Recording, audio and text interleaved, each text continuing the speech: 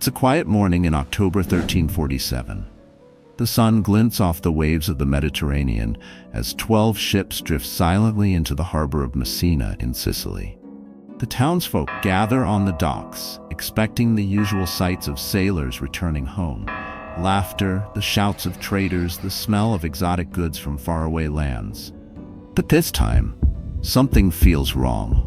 The ships aren't bustling with life. They're eerily still. A few crew members lie slumped on deck, pale and weak. Some don't move at all.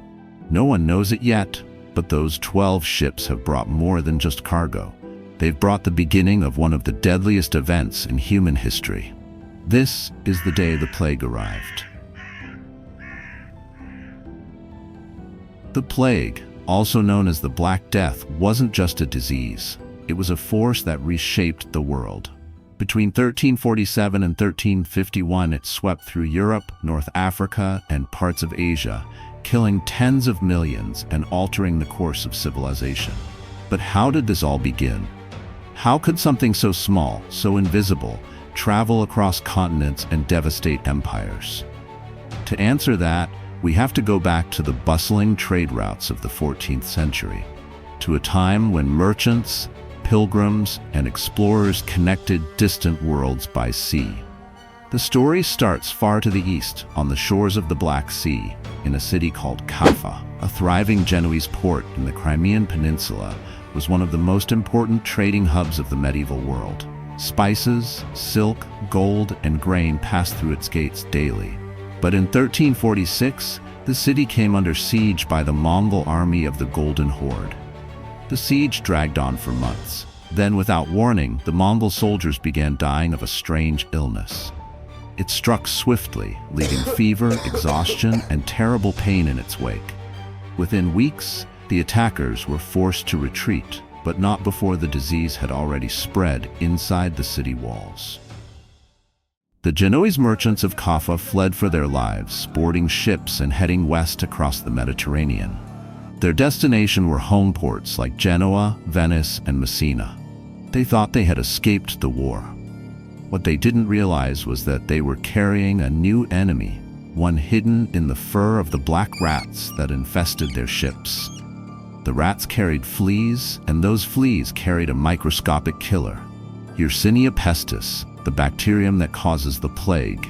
By the time the ships reached Messina in October 1347, many of the sailors were already sick or dead.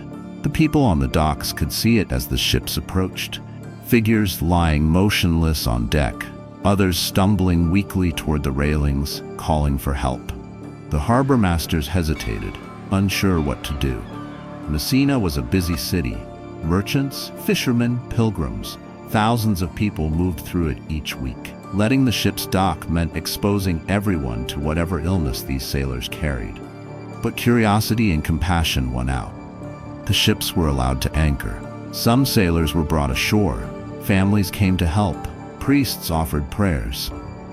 Within days, the sickness began spreading through the city. It started with fever and weakness. Then came chills, delirium, and the sudden swelling of the skin, strange lumps that people didn't understand. Fear gripped Messina. People whispered that the ships had brought a curse. Authorities ordered the vessels to leave the harbor, forcing them back to sea. But the damage was already done. The rats had disembarked, the fleas had spread, the plague had taken root.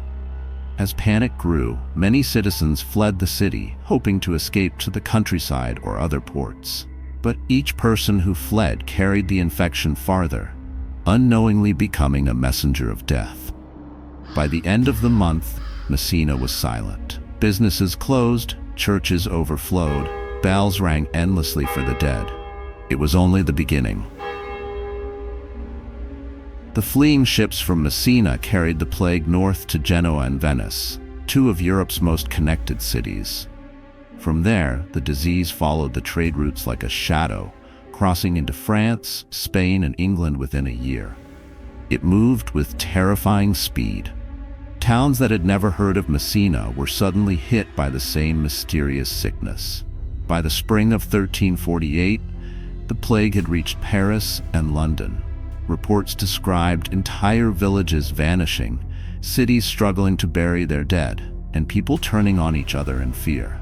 But even as terror spread, no one could explain the cause. Many believed it came from bad air or miasma carried on the wind. Others thought it was divine punishment for humanity's sins. Some even accused strangers, travelers, or certain communities of spreading it intentionally. Doctors wore long, bird-like masks filled with herbs, believing the scent would protect them from the corrupted air. Cities lit bonfires to cleanse the atmosphere. Nothing worked. Still, the human spirit endured. Monks tended to the sick. Families cared for loved ones as best they could. And traders continued to move goods, unknowingly carrying the bacteria from port to port. By 1351, the plague had burned through nearly every corner of Europe. Historians estimate that between 75 and 200 million people perished across continents. The population of Europe fell by almost half. But from this unimaginable tragedy came profound change. Labor shortages gave surviving workers new leverage. Peasants began demanding better wages, and when nobles refused, revolts broke out, shaking the feudal system that had ruled Europe for centuries. Trade networks shifted. Cities were rebuilt.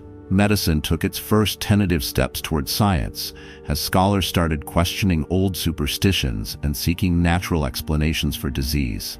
The church, long seen as the center of authority, faced new challenges as faith faltered. People began thinking differently about life, death, and knowledge itself. Some historians believe the Renaissance, that great explosion of art, science, and human curiosity, may never have happened without the social upheaval caused by the plague. And it all began with those 12 ships in Messina. The story of the plague is terrifying, but it's also deeply human. It shows how quickly the world can change, how fragile our systems can be, and how people, even in the darkest times, find ways to survive. Today we have science, medicine, and global communication, things people in 1347 could never imagine. But the lessons remain the same. Stay informed, work together, and never underestimate the power of small things to shape the course of history. When we study the plague, we're not just looking at a tragedy, we're looking at a story of endurance. Humanity faced the unimaginable and rebuilt. The day the plague arrived in Messina marked the dawn of a new era, one of pain, but also of progress. It showed that from the darkest moments, light can emerge. If you enjoyed this journey through time, hit that like button, subscribe for more incredible stories from history, and ring the bell so you never miss an episode.